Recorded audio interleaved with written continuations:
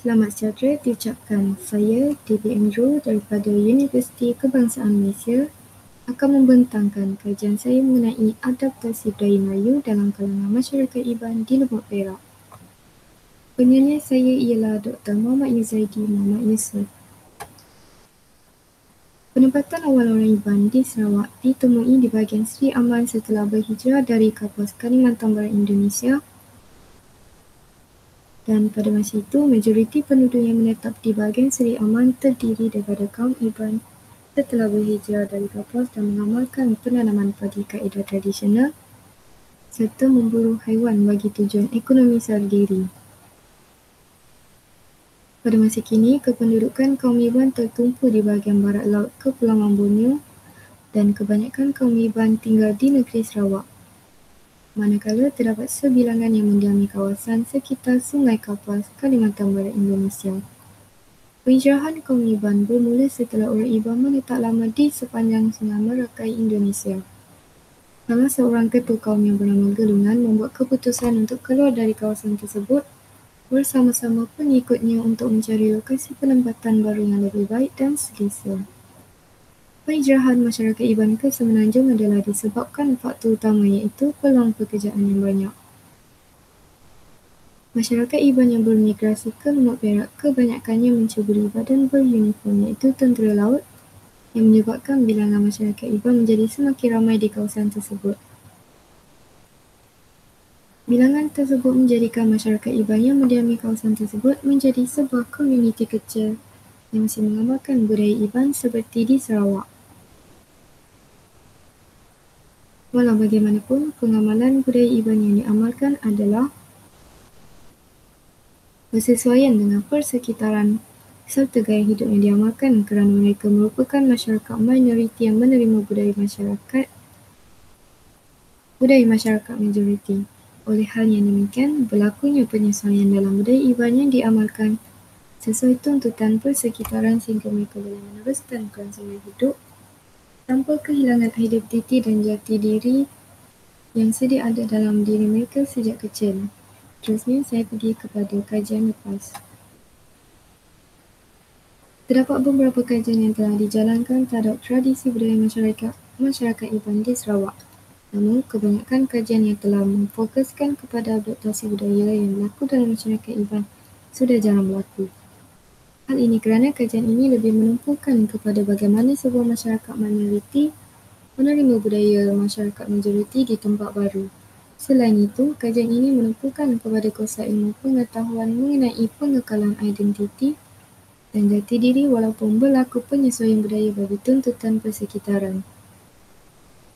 Kebanyakan kajian lepas lebih tertumpu kepada warisan tradisi masyarakat Iban seperti warisan ketara.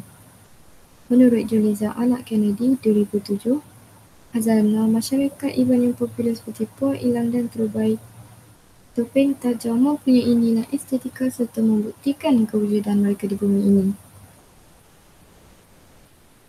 Masyarakat Iban yang masih mengamalkan adat lama amat teguh dengan pelbagai kepercayaan yang diwarisinya dari nenek moyang mereka.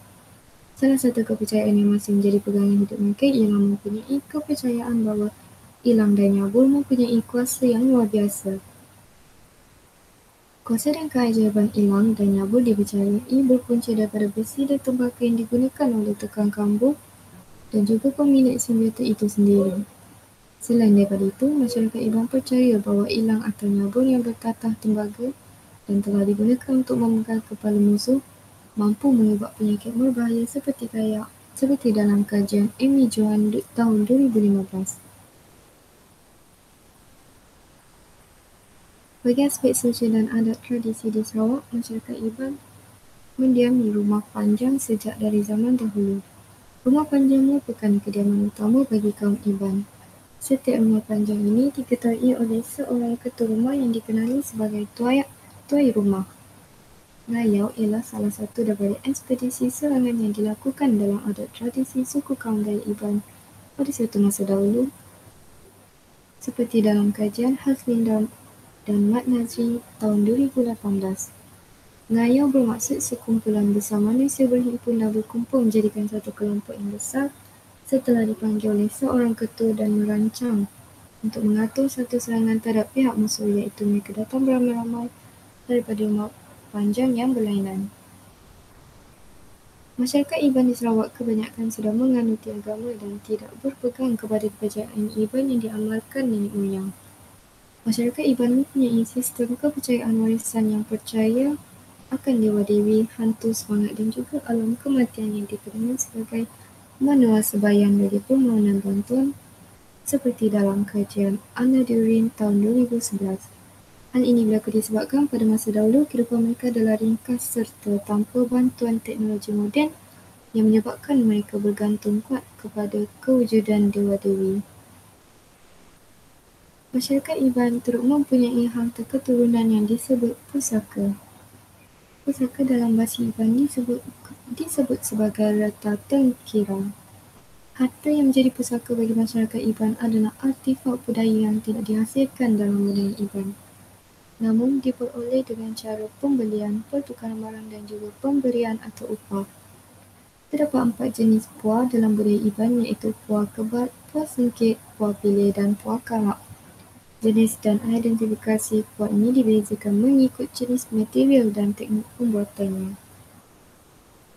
Menurut Nuria Tugang tahun 2020, fungsi puah dalam masyarakat dahulu adalah untuk menyambut kepala musuh yang dibawa dari ekspedisi ngayau.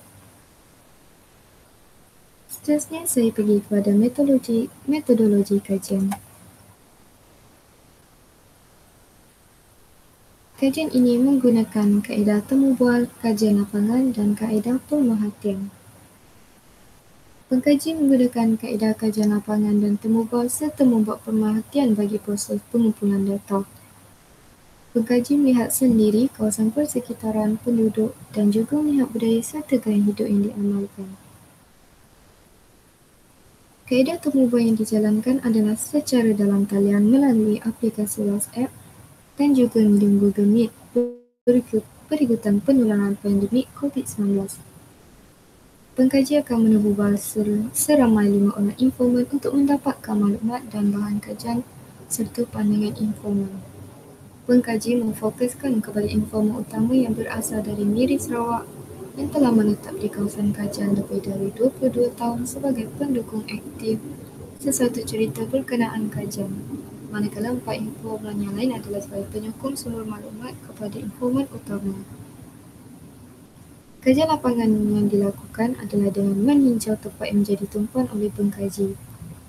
Oleh itu, maklumat dan data akan didapati secara langsung daripada masyarakat Iban tersebut. Tempat yang menjadi tumpuan pengkaji ialah di Lumut, Perak. Pengkaji mengambil maklumat semasa melakukan kajian lapangan di kawasan kajian dengan melihat suasana,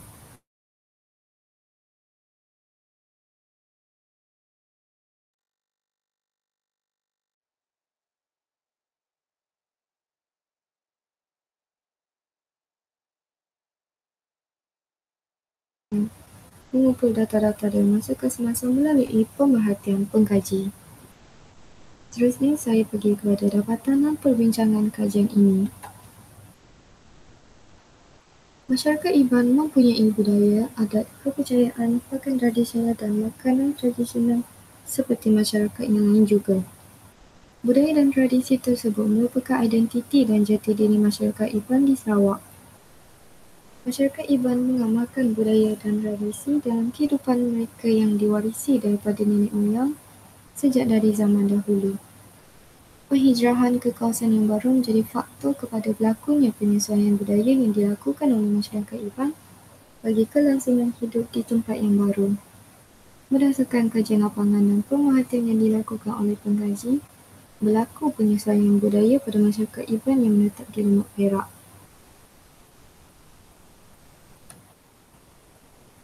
Seterusnya, saya pergi pada cara hidup. Cara hidup merupakan segala perlakuan yang dilakukan oleh manusia sejak dari lahir sehingga kepada kematian. Dalam konteks budaya, cara hidup adalah segala yang dilakukan atau perbuatan manusia yang sering dilakukan sehingga menjadi sebuah kebiasaan dalam diri individu dan masyarakat. Cara hidup masyarakat Iban di Sarawak dapat dilihat menerusi cara pemakaian, perayaan, pemakanan dan amalan yang dilakukan oleh mereka. Pengkaji mendapati cara hidup yang diamalkan oleh masyarakat Iban di Lumut Perak masih diamalkan seperti perayaan gawai, pemakaian baju tradisional pada perayaan tertentu dan sebagainya. Seterusnya, rumah panjang. Masyarakat Iban tinggal di rumah panjang sejak dari zaman nenek moyang dan sehingga kini mereka mengekalkan tradisi tersebut. Sebuah rumah panjang mempunyai seorang ketua yang dikenali sebagai tuai rumah atau ketua kampung. Tuai rumah merupakan orang yang bertanggungjawab untuk menjaga kebajikan di sesebuah rumah panjang. Tuai rumah juga berperanan menentukan kelancaran dalam kegiatan seharian yang dijalankan di sesebuah rumah panjang. Namun, berbeza dengan kawasan kajian iaitu Lumut. Pengkaji mendapati bahawa masyarakat Iban di Lumut tidak tinggal di rumah panjang, sebaliknya mendiami di kuartus tentera dan rumah-rumah yang terdapat di sekitar kawasan kajian. Namun, pengamalan budaya dan tradisi masih diamalkan oleh masyarakat Iban di Lumut walaupun mereka sudah tidak mendiami rumah panjang. Seterusnya, pakaian tradisional. Pakaian tradisional Iban terdiri daripada kostum dan aksesori seperti gagum, iaitu pakaian lelaki yang diperbuat daripada kulit binatang yang masih terdapat bulu pada kain tersebut. Gepan pula merupakan pakaian tradisional bagi perempuan iaitu baju tenung yang bermotifkan hiasan, ukiran burung, baju sampan dan baju buri. Aksesori yang sering digunakan oleh masyarakat Iban adalah hiasan kepala yang diperbuat daripada tembaga berwarna perak, dihiasi dengan bulu burung kenyala, bulu burung tajai, bulu burung luar serta mengandungi ukiran flora di sekeliling hiasan kepala. Masyarakat Iban lelaki turut memakai sirat yang merupakan sejenis kala cawat yang berukuran lebih 30 kaki dan berwarna merah, hitam, biru tua, putih, coklat serta dihiasi dengan bintik-bintik pada kain tersebut. Masyarakat Iban di Lumut masih mengamalkan pemakaian baju tradisional, namun pada musim perayaan Iban seperti Hari Gawai, walaupun mereka tidak melakukan penanaman padi humah seperti tradisi yang dilakukan di Sarawak.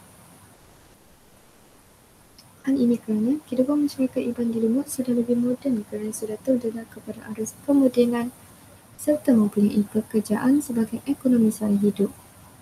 Seterusnya, kraft tangan. Masyarakat Iban zaman dahulu mahir dalam kerja-kerja pembuatan tangan dan hal ini dikenali sebagai tradisi kemahiran yang diwarisi secara turun-temurun. Antara kraft tangan yang dihasilkan oleh masyarakat Iban ialah seperti tikai, bakul, seni manik, tudung saji, mengait kain dan sebagainya bagi kegunaan seharian. Hasil kraft tangan juga merupakan sumber mata pencarian bagi masyarakat Iban serta lambang identiti dan jati diri mereka. Masyarakat Iban di Lumut masih mengamalkan tradisi kemahiran ini, namun tidak giat seperti di Sarawak. Hal ini kerana mereka hanya menghasilkan kraft tangan yang tidak lazim seperti seni manik, kerana seni manik jarang dijual di kawasan Lumut dan penghasilan seni manik bukan bertujuan mencari keuntungan. Malah mereka hanya mendapatkan barang-barang seperti bakul, tikar, tudung saji dan sebagainya di kedai-kedai berdekatan yang menjualnya kerana lebih mudah didapati. Oleh itu, pengkaji mendapati bahawa pengamalan tradisi budaya Iban masih diamalkan, namun berlaku penyesuaian kerana tidak semua amalan tradisi lama dapat diamalkan dengan lengkap, seperti menatap di rumah panjang, penanaman padi rumah dan sebagainya disebabkan keadaan persekitaran yang tidak sesuai. Akhir kalam, masyarakat Iban merupakan kelompok masyarakat yang mengamalkan adat dan tradisi daripada nenek moyang sejak dari masa silam. Namun, pengamalan adat dan tradisi oleh sesetengah masyarakat Iban pada hari ini semakin berkurangan disebabkan faktor-faktor seperti persekitaran, pekerjaan, agama dan lain-lain lagi. Walau bagaimanapun, perkara ini tidak memudarkan identiti dan jati diri masyarakat kerana adat dan tradisi tidak dilupakan oleh mereka, namun hanya disesuaikan mengikut tuntutan persekitaran sebagai kelangsungan hidup. Selain meneruskan gelanggangan hidup, masyarakat Iban ini juga memastikan pengamalan adat dan tradisi yang diamalkan tidak menjejaskan hubungan harmoni bersama masyarakat majoriti, serta menerima budaya baru tanpa memudahkan identiti dan jati diri sebagai orang Iban. Sekian saja daripada saya. Terima kasih.